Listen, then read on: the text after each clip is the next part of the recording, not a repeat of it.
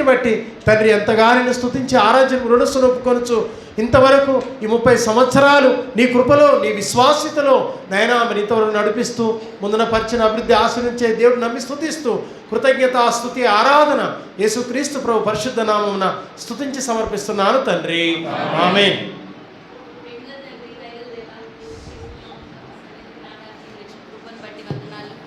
అయా యేసయ్య, మరి మమ్మల్ని సజీవ లెక్కల్లో ఉంచారు. మీ దాసుని ద్వారా మీరు ఇచ్చిన లేఖనాలను బట్టి వందనాలు దేవా. మన స్వభావం కూడా నూతన పరిచారు తండ్రి.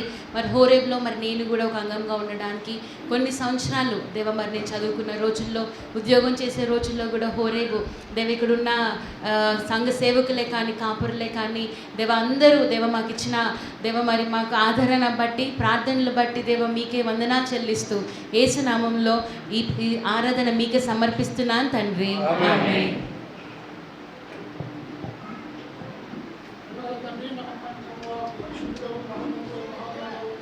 ఆకాశం మహాకాశం పట్టజాలని దేవుడవు తండ్రి, నీ ఘనమైన నమ్మకమైన నామటందనాలు ప్రభువ.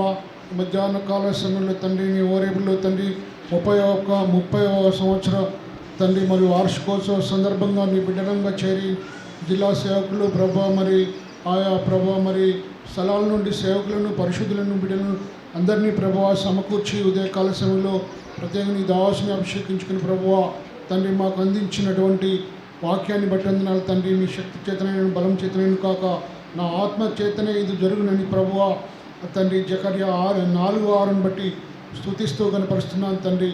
మరి యొక్క ఓరేబును ప్రభా మరి ఎంతోగానో ప్రభా మరి గుడిసె నుండి ప్రభువ నా తండ్రి మరి పెద్ద మందిరంగా ఆ ప్రభా మీరు రూపాంతరం చేస్తూ మరి ఎన్నో విధాలుగా తండ్రి మరి సహాయం చేస్తూ ఎంతోమందిని దైవ సేవకులను ప్రభువ విశ్వాసులను ప్రభువ నీ యొక్క ఓరేబు నుండి మమ్మల్ని లేవనెత్తి నన్ను కూడా ప్రభువ ఈ ఓరేబు ద్వారా నా తండ్రి నాకు కూడా రక్షణ మారు మనస్సు కలుగజేసినందుకు వందనాలు తండ్రి. ఇంతవరకు నడిపించిన విధానానికై వేలాది స్తుతులు స్తోత్రాలు తండ్రి. మరి ఇంత చేసిన నీకేం చేయగలను తండ్రి, ఏం లేని అన్నయ్య నా హృదయంలోని కొద్ది ఆరాధన నా ప్రభు రక్షకుడైన యేసు పరిశుద్ధమైన నామున ఆరాధించి అర్పించుకుంటున్నాను తండ్రి.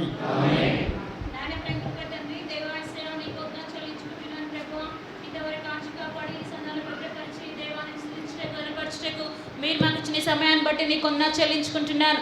అవునేసయ్యా, ఈరోజు ప్రార్థన మందిరంలో తండ్రి నిన్ను కూడా ఒక అంగంగా ఉండి నిన్ను ఆరాధించుటకు మీరు నాకు ఇచ్చిన సమయాన్ని బట్టి నీకు వందనాలు చెల్లించుకుంటున్నాను ప్రభువా. అవునేసయ్యా, నేను పుట్టిన నాటి నుండి ప్రార్థన మందిరంలో నేను ఎదుగుతూ వచ్చాను.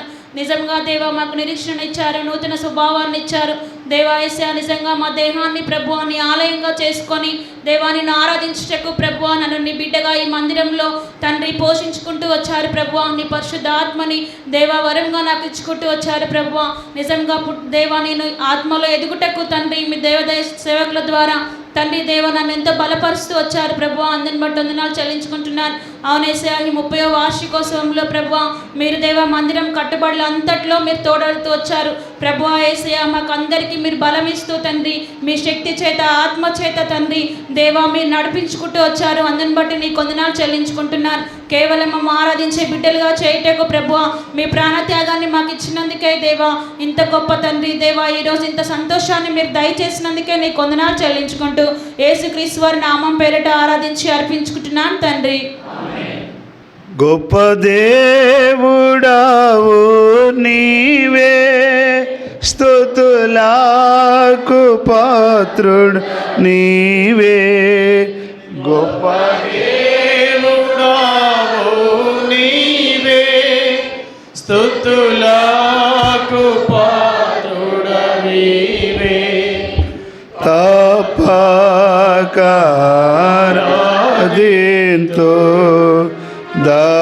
దయాళుడవు నీవే. తప్పకారాధింతు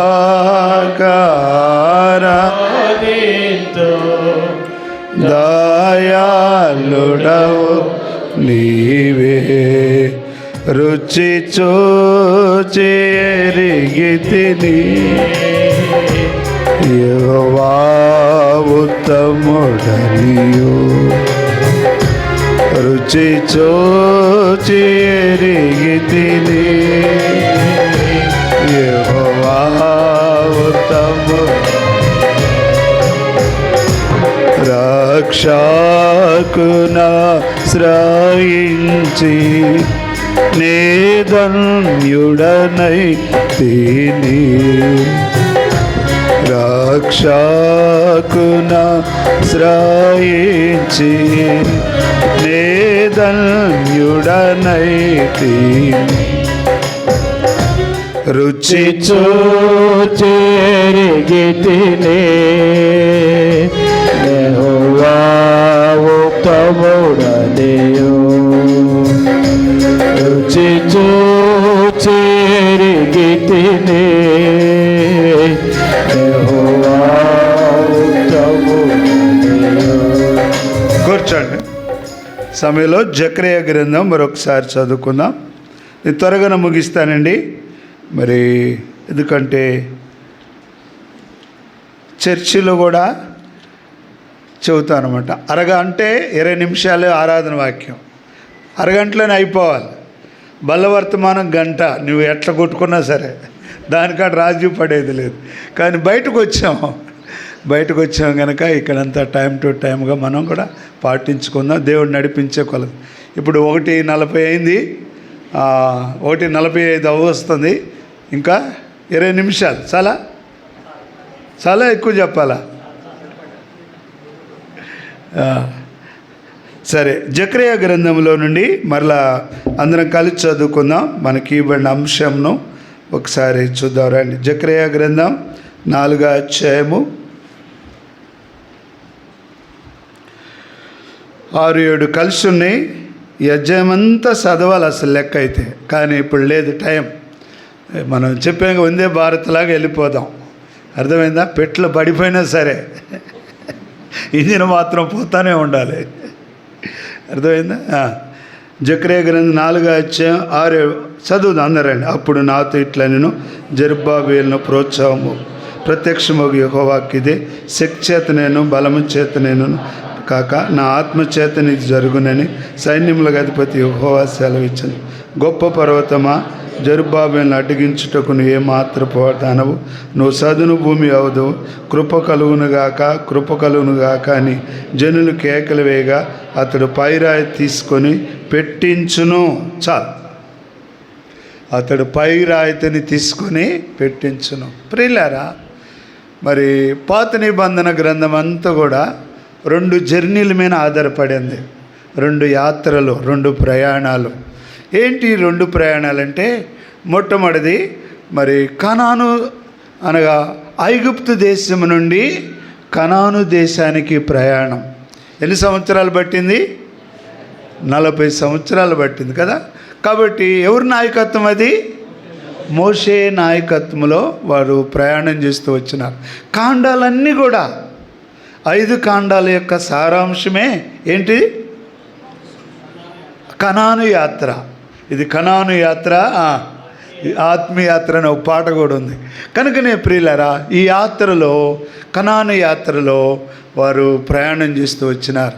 విచిత్రమైన సంగతి ఏంటంటే, బయలుదేరింది 6 లక్షల కాలుబలం పైన బయలుదేరారు, కానీ చేరింది మాత్రము 2 మాత్రమే చేరినారు. మిగతా వారందరూ కూడా మధ్యలోనే రాలిపోయినారు. కారణం ఏంటంటే మనందరూ తెలుసు, కొరింథీ పత్రిక 10వ అధ్యాయం రాయబడింది, వారు 7 విషయాల్లో తప్పిపోతూ వచ్చినారు. అందుకొరకే 7 విషయాలను బట్టి వారు తప్పిపోతూ బట్టి హెబ్రీ పత్రిక 3వ అధ్యాయంలో 3 విషయాలు చెప్పినారు.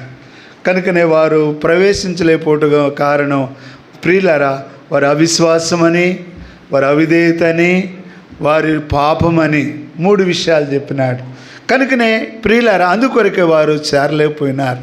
కనుకనే ఇప్పుడు చూస్తే గనక వారు బయలుదేరినప్పుడు కనాన యాత్ర నుండి, కాబట్టి వారు ఐగుప్తు దేశంలో నుండి వారు బయలుదేరినప్పుడు ఎన్నో అద్భుతాలు జరిగినాయి. కానీ 2వ యాత్ర ఉంది, చిన్న ప్రవక్తల గ్రంథాలు. ఇవన్నీ కూడా ఇర్మియా కానీ, కాబట్టి ఎస్కేల్ కానీ, హగ్గయ్య కానీ, జకర్యా కానీ, ఇవన్నీ ఇంకా మిగతా గ్రంథాలన్నీ కూడా చెప్పేది యాత్ర అంటే 2వ యాత్ర.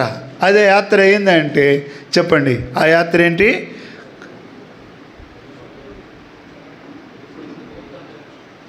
బబులోను నుండి, ఎక్కడి నుండి? బాబేలు నుండి యెరూషలేమునకు బయలుదేరిన యాత్ర. అర్థమైందా? ఎక్కడికి వీళ్ళు బయలుదేరింది? యెరూషలేముకి. ఎంతమంది, ఎన్ని గోత్రాలు? బాగా చదువుతున్నారా మీరు? బబులోనికి వెళ్ళింది 2 గోత్రాలే, నెబుకద్నెజరు తీసుకెళ్ళింది. ఇశ్రాయేలీలు 10 గోత్రాలు. అష్షూరు రాజులు తీసుకెళ్లారు వాళ్ళని. బబులోను కంటే ముందు అయిపోయింది అది. 10 గోత్రాలు ఇశ్రాయేల్ దేశాన్ని పతనం చేసింది. అష్షూరుల యొక్క రాజధానే నినివే పట్టణం. అర్థమవుతుంది నేను చెప్పింది? ఈ చరిత్ర అంతా వెళ్ళిపోతున్నాను 20 నిమిషాలు అన్నాను. ఇంకా అసలు కాడికి అసలు హీరో ఉన్నాడు, ఆ హీరో గురించి చెప్పాలి. మోషే గురించి చాలామంది చెబుతారు, కానీ జెరుబ్బాబెలు గురించి చాలా అరుదుగా వింటూ ఉంటాం. అందుకొరకు అది చెప్పాలని నాకు కుతూహలం ఉంది, కానీ సమయం లేదు, ఇక అయిపోతూనే ఉంది. అయితే దానికి ఇంట్రడక్షన్ చెప్పాలి కదా. కనుకనే ప్రియులారా, మనం ఎక్కడున్నాం? బబులోను యాత్ర నుండి యెరూషలేముకు ప్రయాణమైనారు. కానీ ఒక్క అద్భుతం జరగల. ఇదేంది వత్త ఆగిపోయింది. ఈ కూడా మళ్ళీ ఒక్క అద్భుతం కూడా జరగలేదు. కానీ ప్రియులారా, 3 తపాలుగా బబులోను నుండి కనాను దేశానికి వచ్చినారు. మొదటి వారు నాయకత్వంలో ఎవరంటే జెరుబ్బాబెలు నాయకత్వంలో 50,000 మంది వచ్చినారు. ఎంతమంది? జెరుబ్బాబెలు నాయకత్వంలో 50,000 మంది వచ్చినారు. రెండో ఆయన ఎజ్రా నాయకత్వంలో 2,000 మంది వచ్చినారు. మూడో నాయకత్వం లేకపోయినా పర్వాలేదు, ఎందుకు వస్తుందా పోతుంది. మూడో నాయకత్వంలో నెహెమ్యా. కొద్దిమంది మాత్రమే వచ్చినారు.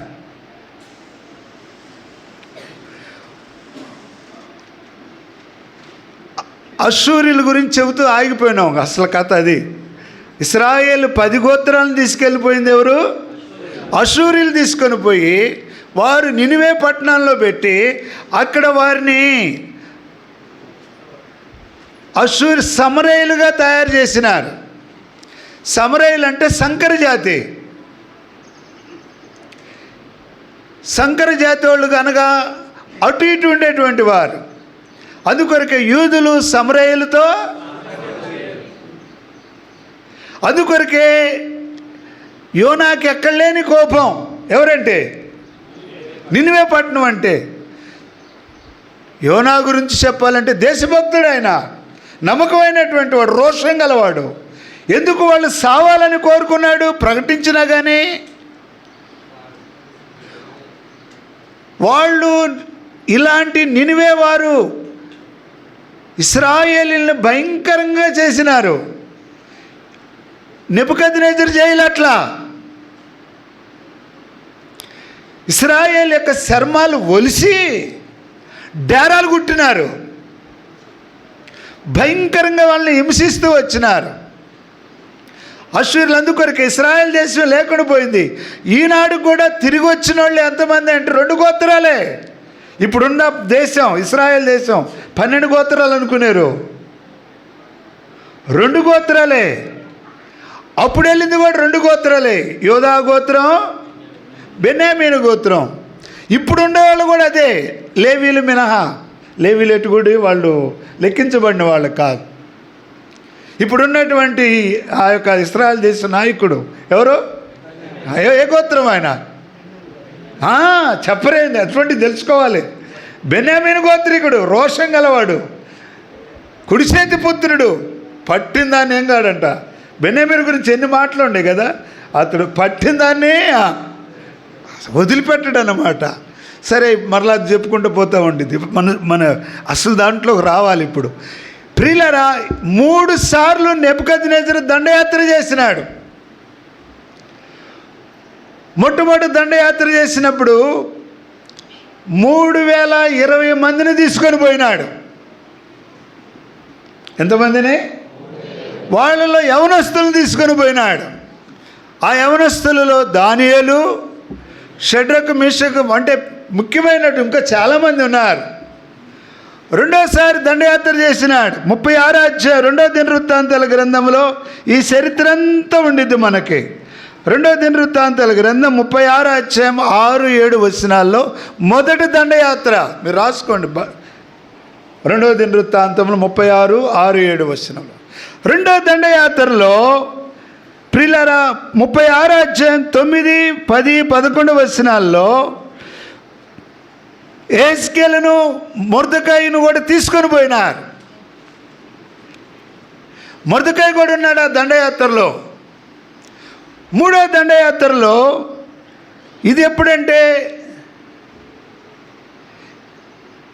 ఎల్యాకీము వాళ్ళ అన్న పేరు ఎల్యాకీను. కీము రెండు తేడా వేరు అనమాట. కీను కాలంలోనూ వెళ్ళిపోయినారు దానియేలు. కీము కాలంలోనూ ఎల్యాకీము అనమాట. కీము అంటే మళ్ళీ వాడొస్తాడు ఎవడు, ఉత్తర కొరియాడు వస్తాడు వాడు. ప్రియులారు ఎల్యాకీము కాలంలోనూ వీళ్ళు వెళ్ళిపోయినారు. ఎవరు? యెహెజ్కేలు, మొర్దెకాయి ఉంటూ వచ్చినారు. మూడోదిగా మూడో దండయాత్రలో 36వ అధ్యాయం 2వ దినవృత్తాంతముల గ్రంథం 36వ అధ్యాయంలో మరి 11 నుండి చూస్తే యెరూషలేమును పూర్తిగా ధ్వంసం చేసి ఉపకరణాలతో సహా తీసుకొని పోయినారు. ఈ 3 దండయాత్రలలో ప్రియులారా ఇవన్నీ కూడా నెబుకద్నెజరే చేస్తూ వచ్చినాడు. అయితే ఒక్కొక్కళ్ళు ఒక్కొక్క రీతిలోగా వాళ్ళు తయారు చేస్తూ వస్తున్నారు. ఒక రాజు కాలంలో వాళ్ళు ఒక రకంగా ఈ యొక్క పరిపాలన అనగా ఈ రాజులు ఏం చేసేవాళ్ళు అంటే ఎత్తుకొని పోయిన తర్వాత ఈ సంపదనంతా దోసుకునేవాళ్ళు. కానీ పార్షికులు అలాంటి వాళ్ళు కాదు. పార్షికులు అంటే కోరేష్ కాలం అవుతుంది.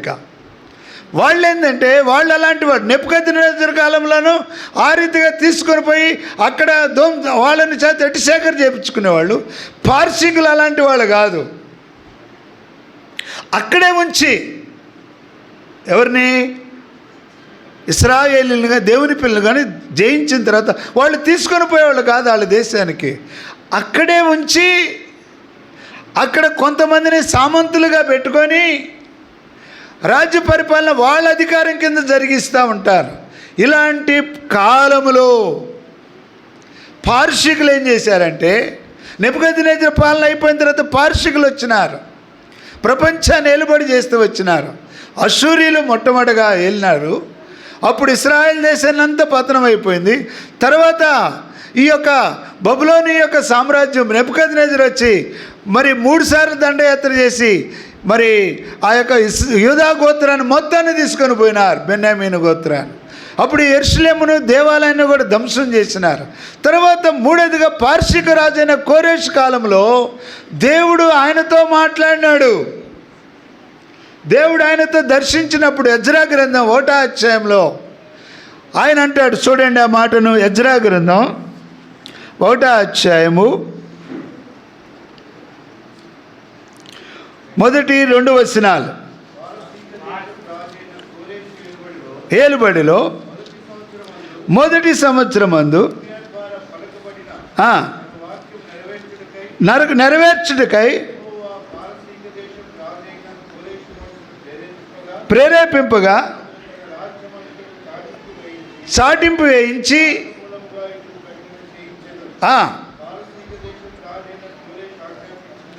ఏమనగా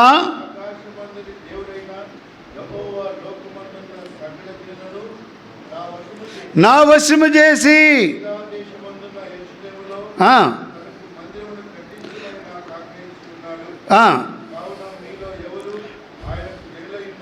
చూసినారా ప్రియులారా?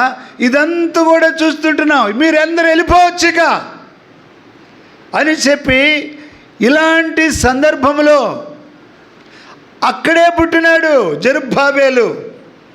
జెరుబ్బాబెలు అంటే ప్రోత్సహించేవాడు.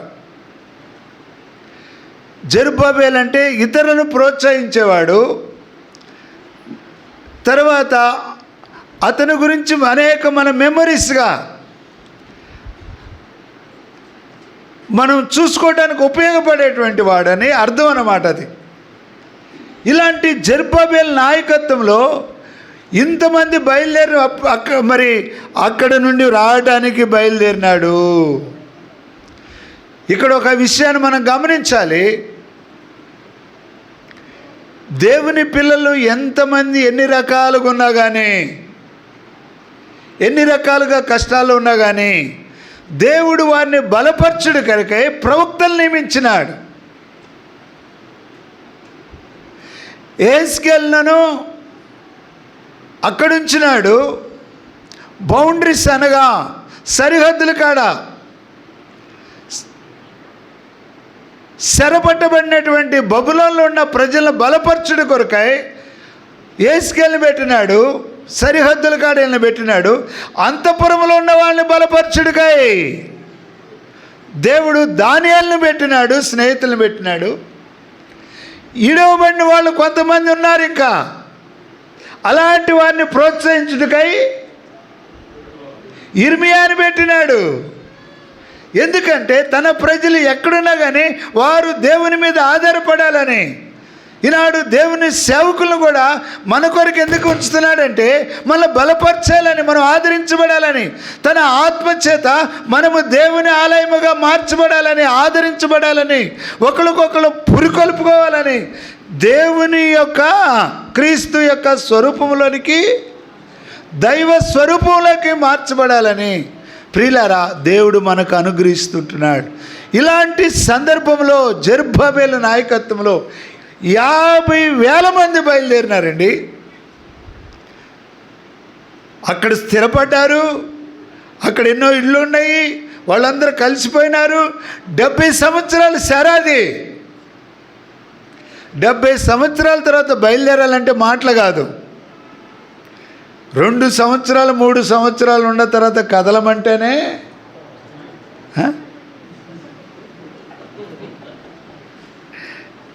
కదా. మనం కూడా అంతే. ఇక అయిపోయింది కదలమంటే ఇంకొక ఆగు ప్రభా, ఇంకోటి ఉంది అని చెబుతుంటూ ఉంటాం కదా. ప్రియులారా వెళ్ళటానికి మనసు రాదు. వాళ్ళు చూడండి ఎంతమంది బయలుదేరినారో.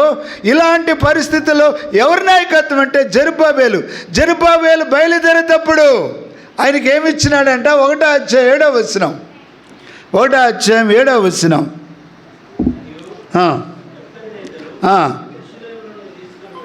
తీసుకొని వచ్చి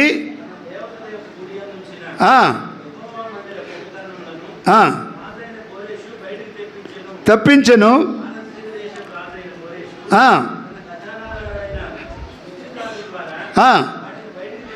బయటకు తెప్పించి షెష్బజ్జరు అప్పగించిన యూదులకు అధిపతి అంట. ఎవరు షెష్బజ్జరు?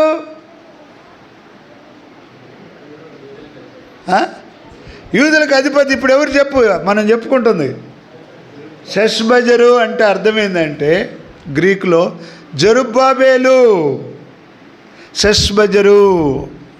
తర్వాత హెబ్రీ భాషలోకి వచ్చేసరికి జెరుబ్బాబెలు.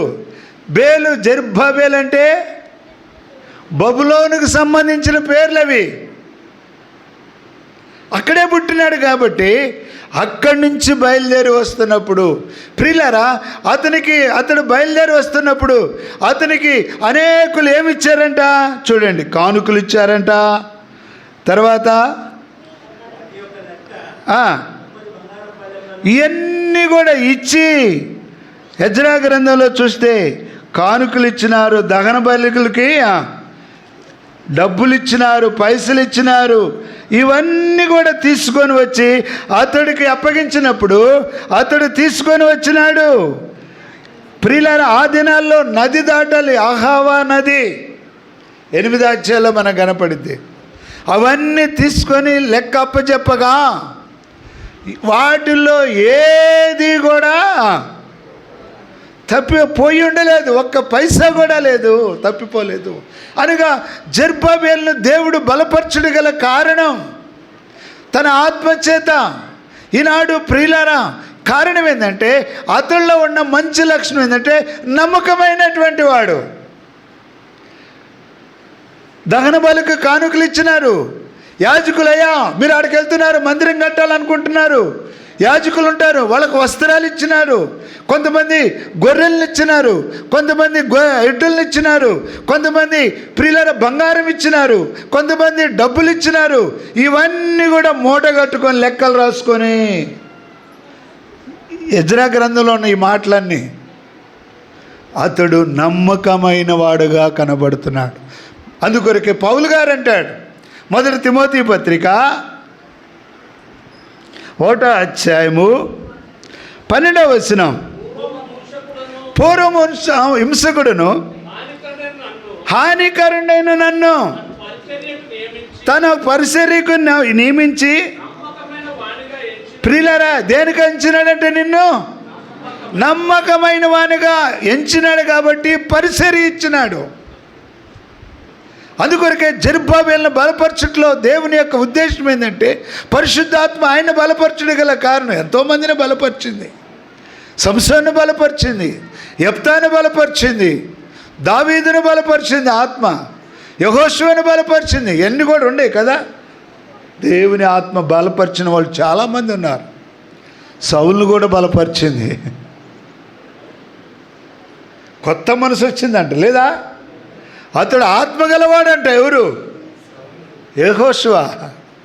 కనుకనే ప్రియులారా, ఇవన్నిటి కూడా ముఖ్యంగా జెరుబ్బాబెలును బలపరచుట గల జెరుబ్బాబెలు ఆ దినాల్లో ఎన్ని అద్భుతాలు జరగకపోయినా ప్రియులారా జనాలు కుప్పలు కుప్పలు బయలుదేరి వస్తున్నారు. 3 యాత్రలుగా బయలుదేరి వచ్చినారు. ప్రియులారా ఈనాడు చూస్తుంటున్నాం. అట్టనే కొత్త నిబంధనలో కూడా ఆరంభంలో అద్భుతాలు జరిగినాయి. కానీ అపోస్తులు వచ్చిన తర్వాత ఏం కాల? ఇప్పుడు జరుగుతున్న అద్భుతాలు మీరు అనుకుంటున్నారు ఇవన్నీ కూడా పేపర్లో వేసేయను, సరేని కావు. ఆరంభంలో జరిగినాయి, తర్వాత జరగలేక ఏదో కొద్దిగా అవసరత కొరకే దేవుడు జరిగిస్తూ వస్తున్నాడు. ఈనాడు ప్రియులారా ఎన్ని అద్భుతాలు జరిగినా జరగకపోయినా ప్రభు పట్ల నమ్మకంగా ఉంటే 101వ కీర్తన 6వ వచనంలో ఉంది ఈ మాట. చూడండి, దేవుడు కనిపెడుతున్నాడంట.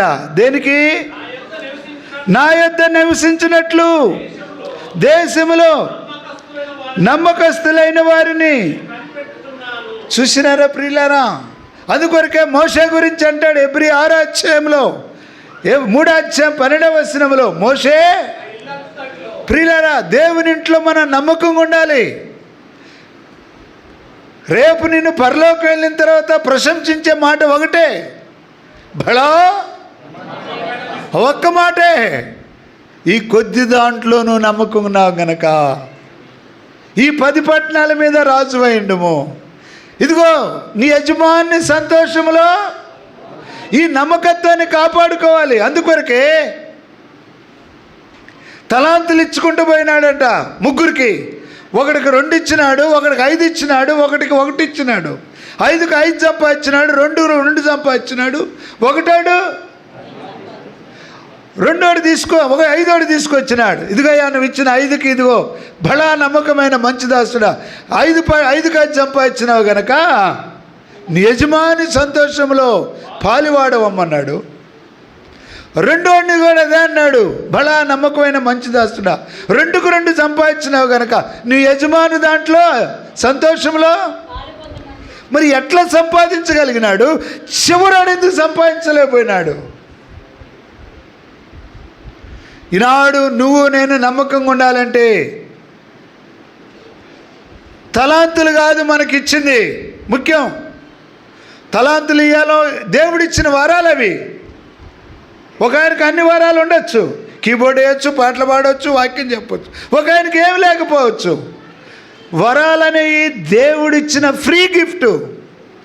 కాబట్టి మన మనస్సు ఉండవలసిన దృష్టి ఎవరి మీదంటే వరాలు ఇచ్చిన దేవుడి మీద ఉండాలి. వరాల మీద కాదు, వీటి మీద కాదు.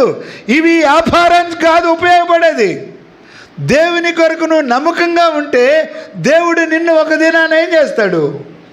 ఈనాడు నువ్వెందుకు దేవుని మందిరాన్ని ఆగిపోతున్నావు? ఆ వ్యక్తి చూడండి, రెండు సంపాదించినప్పుడు పైవాడంక చూస్తే అసూయ పుట్టింది. వాడికి 5 ఇచ్చినాడా? నేను వాడికేమన్నా తక్కువనా? నానేంటి, నా క్యాస్ట్ ఏంటి, నా స్టేటస్ ఏంటి, నాకేంటి? అసూయ పుట్టేది. కిందోడంక చూస్తే వాడేంది ఆఫ్టర్ నినగా మొన్న వచ్చినాడు. నేనంటే స్కిల్ పర్సనా కిల్ పర్సనా? కాబట్టి నాకు 2 ఇచ్చినాడంట. అందుకొరకే కిందోడంక చూడలా, పైవాడంక చూడలా, ఎవరంక చూసినాడు? ప్రియులారా, జెరుబ్బాబెలును దేవుడు బలపరచటం, ఎన్ని ఉపకరణాలు ఇచ్చినాడు, ఎంత దహన బలులకు ఇచ్చినారు ప్రజలు. ఆయన వస్తుంటే కుప్పలు ఇచ్చినారండి. అవన్నీ కూడా తీసుకొని వచ్చి జాగ్రత్తగా కాపాడి లెక్కలు చూసి చేస్తున్నాడు. ఈనాడు దేవుడు కూడా నిన్ను చూసేది మనుషుల బట్టి కాదు. నువ్వు మనుషుల వైపు చూడొద్దు. మనుషుల వైపు చూసినాడు కనుక నువ్వు కష్టపడలేవు. తీసుకెళ్ళి భూమిలో పాతి పెడతావు. ఇంకా అంటాడు, పాతి పెట్టింది కాక ఏమంటాడు? నువ్వు విత్తని చోట కోయివాడు అని, చల్లని చోట పంట కూర్చువాడు అని నేను. అందుకొరకు ఏం చేశాను? ప్రియులారా, కింద చదువుకుంటూ వస్తా అంటాడు, వీని కాళ్ళు చేతులు కట్టేయండి. ఎక్కడ పడేయాలంటే తీసుకెళ్ళి వెలపడి ఏముండిద్ది? చీకట్లో ఏముండిద్ది? ఏడుపును, ఏది యాపిల్ బళ్ళు కాదు. ఈనాడు ప్రియులారా, నమ్మకత్వం కోల్పోతే, నమ్మకత్వం అనేది మొట్టమొదటి నీ హృదయంలో ఉండాలి. దేవుడు నీకు ఎన్నెన్నో ఇస్తూ ఉంటాడు, ఎక్కడెక్కడో తీసుకొని వస్తాడు. నా గురించి మా పెద్దలను అడగండి, చెబుతారు. వాళ్ళు అడగకపోయినా చూపించేవాడిని. అయ్యా ఇదిగో ఇంత వచ్చింది, నా అకౌంట్లో వేసినారు, ఒక ఆయన ఇంత వేసినారు, ఒక ఆయన అంత వేసినారు, ఏం చేద్దామంటే వాళ్ళు ఆశ్చర్యపోయినారు. బ్రదర్ అంటే నేను గొప్ప చెప్పుకోవడానికి కాదండి, ఇది మాలో ఎవరికి తెలియపోయినా తీసుకొని ఇస్తున్నావు. లక్షలండి, మామూలు కాదు. కనుకనే మొట్టమొదటి నమ్మకత్వం అనేది నీ హృదయంలో ఉండి రావాలి. అది తలాంతులు కానీ, దేవునిచ్చినవి కానీ, డబ్బులు కానీ, మిక్కిలి కొంచెములో నమ్మకం ఉండకపోతే పెద్దది ఎట్లా ఇస్తాడు నీకు? కనుకనే ప్రియులారా, బైబిల్ గ్రంథం చెబుతుంది 101వ కీర్తన 6వ వచనంలో, మనం ఎప్పుడైతే ఆయన యొద్ద నమ్మకంగా ఉంటామో, చెప్పండి, ప్రశంస పొందటమే కాదు కానీ నాకేమవుతారంట? వారు పరిచారకులు అవుదురు, నా యొద్ద నివసించినట్లు. కాబట్టి దేవుని దగ్గర నీకు చోటు ఉంటుంది, మనుషుల దగ్గర నీకు లేకపోవచ్చు. ప్రియులారా, నాడు మన జీవితంలో దేవుడు నీకు ఇవ్వండి నమ్మకత్వం కాపాడుకోవాలి. ఆయన చూడండి, లాజరు ఇలా బాంబే లాజరు కాదు, బైబిల్లో ఉన్న లాజరు కురుపులతో ఉన్నాడు. కుక్కలు వచ్చి నాగుతున్నాయి, పలకరించేవాళ్ళు లేరు, ఆదరించేవాళ్ళు లేరు, మెచ్చుకునేవాళ్ళు లేరు, ఏమీ లేదు ఆయనకి. ఆడి దగ్గర చూస్తే కుప్పలు వెళ్తున్నారు జనాలు. అదే మనమైతే ఏమన్నాను, ప్రభువా నన్ను చూడు ఎట్ట ఆడిపోసుకుంటున్నారు వీళ్ళు, నాకు ఒక్క అవకాశమేయా, ఈ రోగాన్ని తీసేయి, ఈ వ్యాధిని తీసేయి. నన్ను ఎవరైతే అన్నారో, ఆడిపోసుకున్నారో వాళ్ళ మధ్యకెళ్ళి నేను సాక్ష్యం చెబుతా. ఏమని? వాళ్ళు నోరు మూపిద్దా అన్నాడా? ప్రియులారా, ప్రభువా నీకు ఇష్టమైందా ఈ రీతిగా ఉండటం, అనుమతించటం? భరిస్తూనే వచ్చినాడు నమ్మకంగా. ఒక దినాన స్థానం మారిపోయింది. ఎక్కడున్నాడు ఇప్పుడు? వెళ్ళి నా యొద్ద నివసించినట్లు. చెప్పండి, దేశంలో. ప్రియులారా, నువ్వు దేవుని యొక్క దృష్టిలో ఉంటే చాలు. మనుషులు నిన్ను పట్టించుకోవచ్చు. దైవజనుడు అగస్టిన్ గారిని పక్కన పెట్టినాడు భక్సింగా. ఏవేవో మాటలని, ఏవేవో విని ఒక దినాన ఎవరు పలకరించేవాళ్ళు కాదంట. వచ్చేవాడు, ప్రభు బలిలో పాల్గొనేవాడు, అందరూ ప్రైజ్లాడి చెప్పేవాడు, వెళ్ళిపోయేవాడు. మందిరం మానేలా, మందిరాన్ని విడిచిపెట్టకూడదు. దేవుడు నీకు కొలిసి ఇచ్చిన ఏం చెప్పరు, గోత్రములోనే నీ దహన బలులు అర్పించాలి, నీ సమాధాన బలులు అర్పించాలి. ద్వితీయోపదేశకాండం 13:8 ఉంటుంది. ప్రియులారా, అక్కడికే నువ్వు ప్రయాణం చేయాలి. నీ పిల్లలతో కలిసి అక్కడ భోజనం చేయాలి, అక్కడ యాజకుడితో పంచుకోవాలి,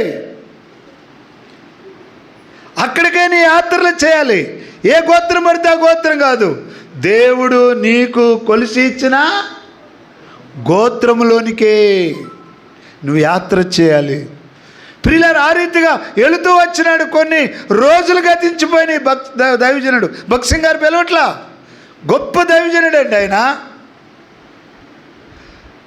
ఎస్ఐకి ఉద్యోగం రాజీనామా చేసి సేవకు వచ్చినాడు. చిన్న చిన్న వాటికి ఏవో ఉంటాయి. ఒక దిన దైవజనుడు ప్రార్థన చేస్తూ వచ్చినాడు, దేవుడు బయలుపరుస్తూ వచ్చినాడు. ఒక దినాన పులిపేట మీద కేకేసినాడు, అగస్టిన్ కమ్ హియర్, వచ్చి ట్రాన్స్లేషన్ చేయి అనగానే అందరూ ఆశ్చర్యపోయినారు. ఆయన చనిపోతూ ఎవరికి అప్పగిచ్చినాడు ఈ పరిసరి అంతా? తన తర్వాత ఎంతోమంది ఉన్నారు, ఎవరికి అప్పగించినాడండి? ఏం చెప్పరో? ఆకలి అవుతుంది ఏంటి? 2 అన్నావు, 2 దాటిందని అంటున్నారా? ప్రియులారా, నాడు నువ్వు కూడా నమ్మకంగా ఉండు. ప్రియులారా, నమ్మకస్తులను దేవుడు కనిపెడుతున్నాడు, నమ్మకస్తులను దేవుడు విడిచిపెట్టాడు. నువ్వు అటు చూడొద్దు, ఇటు చూడొద్దు. ప్రియులారా, దేవుడు నీకు అప్పగించిన దాన్ని బట్టి దేవుడి దగ్గర నీకు ప్రశంస కలుగుద్ది. రెండవదిగా చూస్తే ప్రియులారా, ఈ యొక్క జెరుబ్బాబెలు, ఇది 1వ అధ్యాయంలో మనకు కనపడుతుంది. 2వ అధ్యాయంలో చూస్తే జెరుబ్బాబెలు యొక్క నాయకత్వంలో 2వ అధ్యాయం మొత్తం అధ్యాయం అంతా చదివితే రకరకాల మనుషులు కనబడుతూ వస్తారు. వంశావళి, వాళ్ళ మధ్య తన నాయకత్వం ఏ రీతిగా జరిగిస్తూ వచ్చినాడు, వారి మధ్య తన యొక్క నాయకత్వంలో వాళ్ళని, ప్రియులారా, దేవుని పిల్లల్నే తీసుకొని వచ్చినాడు ఆయన. వీళ్ళు ఏ వంశస్థులు, వీళ్ళ వంశం ఎక్కడ, వీళ్ళ తాతలు ఎవరు, వీళ్ళు ఎక్కడ సంబంధించిన వాళ్ళు, వారినే తీసుకొచ్చిన. ఎవరిని బట్టి వాళ్ళని రానిలా. అందుకొరకే ఇశ్రాయేల్ దేశానికి ఎవరిని బట్టి వాళ్ళని రానిరు. వాళ్ళు DNA పరీక్షలు చేసిన తర్వాతనే, వీడు యూదుడైతేనే, లేకపోతే బెన్యామీనుడైతేనే, లేకపోతే ఏ గోత్రమో తెలిస్తేనే అప్పుడే తీసుకొని వస్తారు. ప్రియులారా, రెండోదిగా మన సంఘంలో కూడా ఎవరు ఎలాంటిదో మనం గుర్తెరగాలి. జెరుబ్బాబెలు గుర్తెరుగుతూ వచ్చినాడు కనుకనే ప్రియులారా, వాళ్ళ వంశావళంతా కూడా జాగ్రత్తగా చూసుకుంటూ వచ్చినాడు. 3వ అధ్యాయంలో చూస్తే, ఎజ్రా గ్రంథం 3వ అధ్యాయం 1 వచనాలు చూస్తే, వాళ్ళందరూ కూడా ఏక మనసు కలిగి, చదవండి 3వ అధ్యాయము 7వ నెలలో ఒక్కళ్ళు చదువమ్మా. వచ్చిన తర్వాత కలిగిన వారై యెరూషలేములో కూడి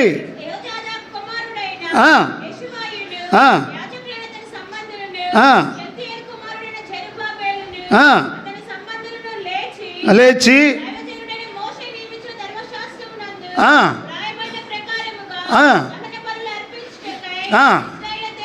మూడోదిగా ప్రియులారా, తాను వచ్చిన తర్వాత వారి ఇళ్ళకి వెళ్ళిపోవాలని పోనీలా. వాళ్ళందరినీ యెరూషలేముకి వచ్చిన తర్వాత వాళ్ళు చేసిన పని ఏంటంటే, మొట్టమొదటిది సేవకత్వం, యాజకత్వం. 9వ వచనంలో రాయబడింది, 3వ అధ్యాయం 9, 10, 11 వచనాల్లో పునాది వేసిరి. ఆ పునాది వేసేటప్పుడు వాళ్ళ కళ్ళమ్మటి ఏం కారుతున్నాయంట, అందరూ ఏడ్చారంట. ఉందన్నమాట. మున్నుపటి మందిరం చూసిన యాజకులలో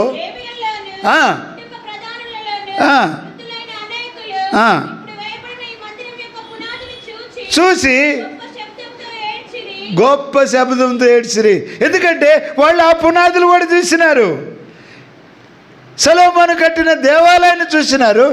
ప్రియులారా, ఎలాంటి బంగారు సువర్ణ దేవాలయం పాడైపోయినది, ఇలాంటి ఇప్పుడు పునాదులు వేస్తుంటే అవన్నీ కూడా గుర్తుకొచ్చి వాళ్ళు ఏం చేస్తున్నారు.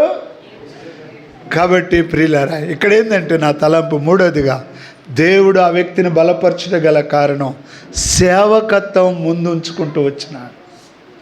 అందుకొరకు బైబిల్ చెబుతుంది, మొదట నా రాజ్యమును నా నీతిని బలులు అర్పించినారండి. ఎవరిళ్ళ కాళ్ళు ఇల్లు బాగు చేసుకోవాలా? మా తాతలు ఇల్లు అక్కడున్నాయి, మా నాయన వాళ్ళు ఇల్లు అక్కడున్నాయి, పొలాలు అక్కడున్నాయి, ఎక్కడికి వెళ్ళాలా వాళ్ళు? ఇదంతా కూడా జెరుబ్బాబెల్ నాయకత్వంలో జరుగుతూ వచ్చింది. ఇంటికి వచ్చిన తర్వాత, యెరూషలేము వచ్చిన తర్వాత మూడోదిగా వాళ్ళు చేసింది ఏంటంటే సేవకత్వం. ప్రియులారా, ఈనాడు మనము కూడా దేవుని సంగమా, ఆత్మచేత నీ కార్యం జరిగించాలంటే ఆ ఆత్మ ఆరాధనలో చూస్తూ వచ్చినాం, నిన్ను దేవుని ఆలయంగా మార్చుద్ది, ఆత్మ నిన్ను ఆదరింపజేసిద్ది, ఈ ఆత్మ నిన్ను నిరీక్షణ కలుగజేసిద్ది, ఈ ఆత్మ నిన్ను కష్టాల్లో సంతోషంలో ఉత్సాహింపజేసిద్ది, ఈ ఆత్మ నిన్ను నూతన స్వభావంలో తీసుకొని పోయిద్ది. అంటే మూడోదిగా మన జీవితంలో జెరుబ్బాబెలు వలె మన జీవితంలో ఆ రీతిగా సేవకత్వం గురించి ఆలోచన చేయాలి. మొట్టమొదట మన జీవితంలో నిద్రపోయినా లేచిన సేవ, కష్టాల్లో శ్రమలు ఉంటాయి, అయినా కూడా ప్రియులారా చూడండి, సముద్రంలో ఎన్నెన్నో ముత్యాలు ఉంటాయి. సముద్రం ఎప్పుడైనా చెప్పుకుండిద్దా ఏమని? 4 ముత్యాలు ఉన్నాయి, 4 ముత్యాలు ఉన్నాయి అని చెప్పిద్దా? ఎప్పుడు బయటకు వస్తాయి అవి? అలలు వచ్చినప్పుడు. అందుకొరకే ప్రభు సేవలోని శ్రమలు కఠిన దుఃఖ బాధల్, ప్రభు సేవలోని శ్రమలు కఠిన దుఃఖ బాధల్ బహుమానములుగా మారే కాంతి కిరీటమౌను, బహుమానములుగా మారే కాంతి కిరీటమౌను. క్రీస్తే సర్వాధికారి, క్రీస్తే అల్ఫా ఓమేగా, ఆది అంతము క్రీస్తే, యుగములు క్రీస్తే, క్రీస్తే సర్వాధికారి. ఇలాంటి పరిస్థితుల్లో నాలుగోదిగా చూస్తే 4వ అధ్యాయంలో మనకు కనపడుతుంది పోరాటాలలో. 4వ అధ్యాయం 1వ వచనం చూస్తే పోరాటాలు. పునాది వేసినాడు 3వ అధ్యాయంలో. మందిరం పని ఎంతో బాగా జరుగుతోంది. సమరయులు వచ్చినారు, కొంతమంది అక్కడెక్కడున్న వాళ్ళు వచ్చినారు, మేము కూడా వస్తామని చెప్పి వాళ్ళతో లేలే, మీ డిఎన్ఏ సరైనది కాదు, మీ సరైన వాళ్ళది కాదు, మీరు కట్టడానికి ఏం లేదు, రావద్దు, మేము కట్టుకుంటాం అన్నప్పుడు పోరాటం. అప్పుడు ఏం జరిగింది తెలుసా? 4వ అధ్యాయంలో చూడండి, పని ఆగిపోయింది. 4వ అధ్యాయము ఎన్నో వచనం? 4వ వచనం నుండి, దేశపు జనులు కలుగజేసి కట్న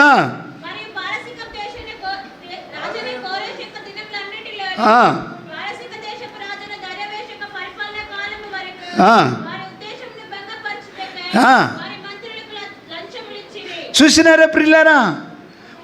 వారు ఉద్దేశాలను భంగపరచుడు కొరకే మంత్రులకు ఏమిచ్చారంట? లంచములు ఇచ్చిరి. ఏమైంది? ఆఖరి వచనం, నిలిచిపోయింది. 14 సంవత్సరాలు ఆగిపోయింది. రాజకీయం తయారైంది దాంట్లో. మనుషులు రకరకాలుగా తయారు చేసుకున్నారు. ప్రియులారా, ఇలాంటి పరిస్థితుల్లో విశ్వాసాన్ని విడిచిపెట్టలే జెరుబ్బాబెలు. విశ్వాసాన్ని వదిలిపెట్టలేదు. ఈనాడు మన జీవితంలో కూడా చిన్న చిన్న సమస్యలు విశ్వాసాన్ని విడిచిపెట్టి వెళ్ళిపోతాం.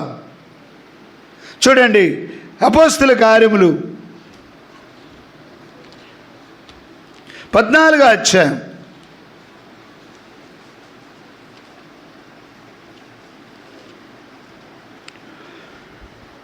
5వ వచనం, 2వ వచనం.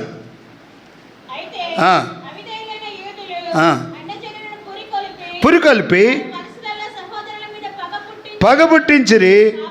కాబట్టి వారు ప్రభువును ఆనుకొని ధైర్యంగా మాట్లాడు. చూసినారా ప్రియులారా, ఈనాడు నీ జీవితంలో మన జీవితంలో రకరకాలుగా ఉన్నప్పుడు ప్రభు మీద ఆనుకోవటం మనం నేర్చుకోవాలి. ఏం జరిగించినాడు? ప్రభు మీద ఆనుకున్నందుకు ధైర్యంగా మాట్లాడిరి, బహుకాలం గడిపిరి. ప్రియులారా, ఎవరైతే నిలబడతారో విశ్వాసంలో ప్రభు వారి చేత పారిపోలా. అద్భుతాలు, సూచక్రియలు, అంతేనా? తన కృపావాక్యమునకు సాక్ష్యం ఇచ్చుచు చూసినారా పిల్లలు, నేను సాక్షులుగా తయారు చేస్తాను. ఇంత సంఘం ఏర్పడిందంటే ఆ దినాల్లో మన పూర్వీకులు జానన్న, జాషువా, మరి బోయజ్ అన్న, విజయ్ కుమార్ అన్న, ఇలాంటి వాళ్ళు నిలబడ్డారు. ఈనాడు నువ్వు కూడా ప్రభువును అనుకో, విశ్వాసతను కనపడాలి. అందుకొరకు పౌలు అంటాడు, నా విశ్వాసము నేను. 4వదిగా చూస్తే ప్రియులారా, తన జీవితంలో విశ్వాసతను కాపాడుకోండి. 5వదిగా చూస్తే చూడండి, పోరాడుతూ వచ్చినాడు. పోరాటంలో విజయం. వెంటనే 5వ అధ్యాయంలో లేఖలు రాసినాడు. కోరేషు మాకు ఇచ్చిన అధికారం. లేఖనాలు చూడండి, చట్టాన్ని ఒక్కసారి వెనక్కి తిరిగి చూడండి. మేము ఊరకనే కట్టలా, మాకు ఆనాడు కోరేషు కాలంలో ఈ రకంగా జరిగిందని లేఖనాలు వెనక్కి తిరిగి చూపించినాడు. అప్పుడు వెనక్కి చూడంగానే చెప్పండి, మరలా పని ప్రారంభించబడి మందిరము తిరిగి కట్టుట పునాది వేసిన రాయి మనం చూస్తే ప్రియులారా, ఏం జరిగింది? కట్టుట ప్రారంభించబడుతూ వచ్చేసి పై రాయి అతను పెట్టినాడు. చివరిది, ఆఖరిది, ఇంకా చాలా ఉండే. కానీ హగ్గయి గ్రంథం 2వ అధ్యాయము 9వ వచనంలో ఒక మాట, హగ్గయి 2:9, ఈ కడవరి మందిరం యొక్క మహిమ ముంచునని. చూసినారా పిల్లరా, ఈ కడవరి మందిరం మహిమ మునుపటి మందిరం మహిమను జెరుబ్బాబెలు కట్టిన మందిరం, ఆనాడు సొలొమోను కట్టిన మందిరం కంటే మించిద్దంట. ఏంటిది? మహిమ. ఎందుకంటే జెరుబ్బాబెలును దేవుడు శక్తి చేత కాదు, బలము చేత కాదు. చెప్పండి, కారణం ఏం తెలుసా? ఆ జెరుబ్బాబెలు, యెహోషువ ఇద్దరి నాయకత్వంలో, ఇద్దరిలో బలహీనతలు ఉన్నాయి. యెహోషువలో కూడా బలహీనతలు ఉన్నాయి. కానీ దేవుడు చెప్పినప్పుడు ఆ నొప్పు తీసుకొచ్చి అతన్ని తాకినప్పుడు అతని దోషములు, అతని మలిన వస్త్రాలు ఏవైనాయి? కాల్చివేయబడ్డాయి, తీసివేయబడ్డాయి.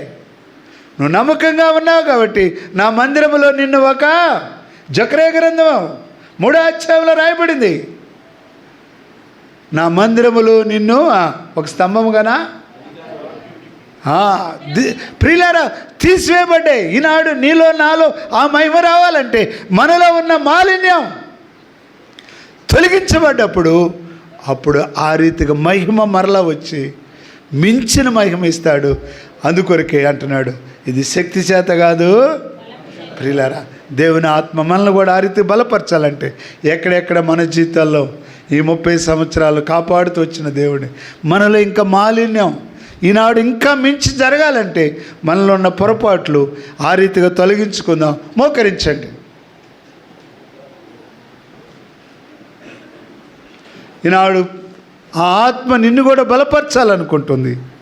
అయితే నీలో నమ్మకత్వం కనపడితే జెరుబ్బాబెలులో ఉన్నటువంటి నమ్మకత్వం జెరుబ్బాబెలు ఉన్నటువంటి నాయకత్వం, దేవుని పిల్లలు ఎవరో, దేవుని పిల్లలు కాని ఎవరో ఎరిగిన వాడుగా ఉన్నాడు. మూడవది సేవకత్వం, జెరుబ్బాబెల్లో ఉన్న సేవకత్వం. నాలుగవది విశ్వాసకత్వం, జెరుబ్బాబెల్లో ఉన్న విశ్వాసిత. ఐదవది పోరాడుతత్వం. ఇవన్నీ కూడా మహిమను మించేటట్టు చేస్తూ వచ్చినాయి. ఈనాడు నీవు కూడా ఆ రీతిగా నిలబడు, ప్రభు నిన్ను దీవిస్తాడు. ప్రార్థన చేస్తాం. దయ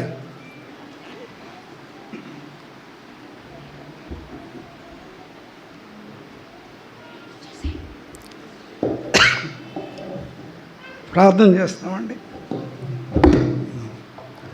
మోకరించని ప్రార్థన చేస్తాం. తర్వాత అనౌన్స్మెంట్స్.